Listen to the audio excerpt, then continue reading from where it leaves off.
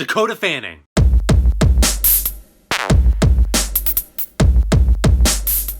Hey everybody, Greco Fabulous here, and welcome to tonight's episode of Crap.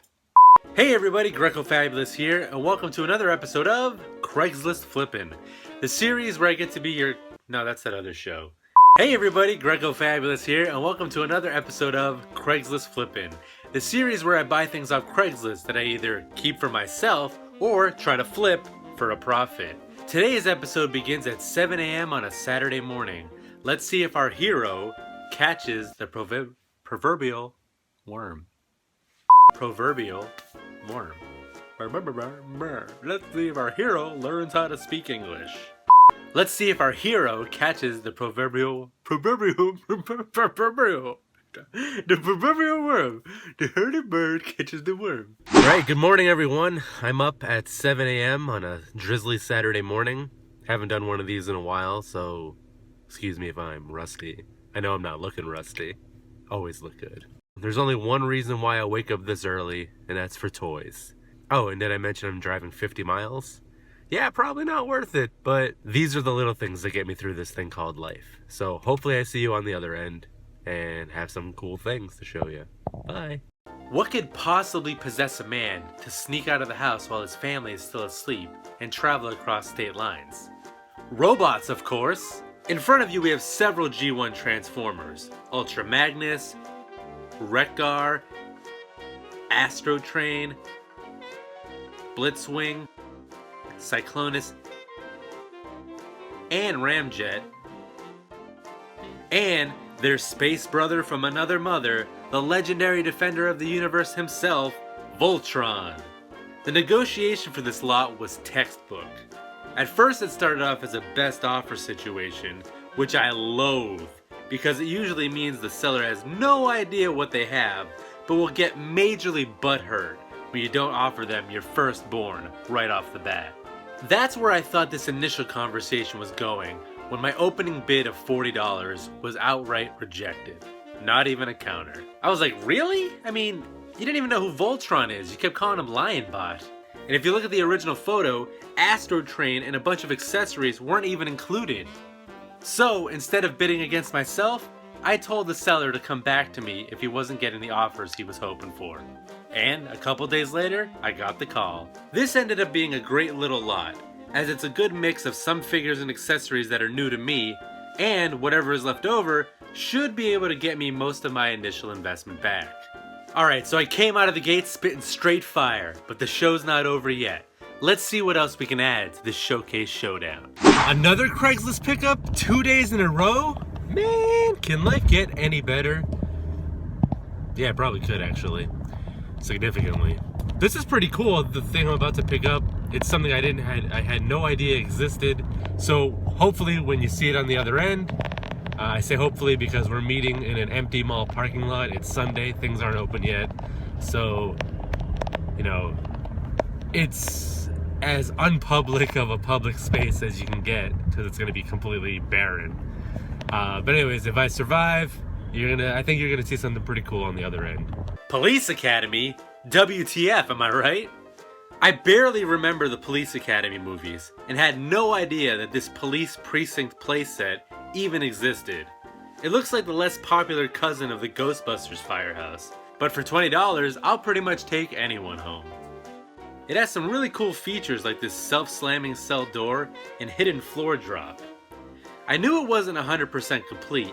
At least these handcuffs are still here, so I can act out some scenes from my favorite movie of all time. I want you sore, baby. Every time you move tomorrow, I want you to be reminded that I've been here. You are mine. Sorry, should have lined your seats with some plastic before I started quoting 50 Shades. So now that I got you all worked up, let me finish you off. I got one more haul to show you, and for some of you, this is definitely gonna be a best for last situation. Guys, I'm obsessed. Like, I don't have money for this, and I'm traveling all over this damn state and out of this state. For what? For pieces of plastic? You know, I'm usually the guy that's frugal, that's like, you know, I preach resistance and, you know, good things will come to those who wait and blah, blah, blah. but I'm throwing a decent chunk of money at what I'm about to get. Again, I convinced myself it's a good deal. I mean, eBay seems to back me up, and there's some duplicates, so I should be able to recoup some of my money just to better my price point. But man, I'm really stretching myself thin this week. And not just me. I got 2 kids, a wife, stay at home. They all depend on me. And what's daddy doing? Not going home. Not going to the supermarket. No money, no problems, right? I need help. Ghostbusters! This is absolutely a chasing my childhood moment right here.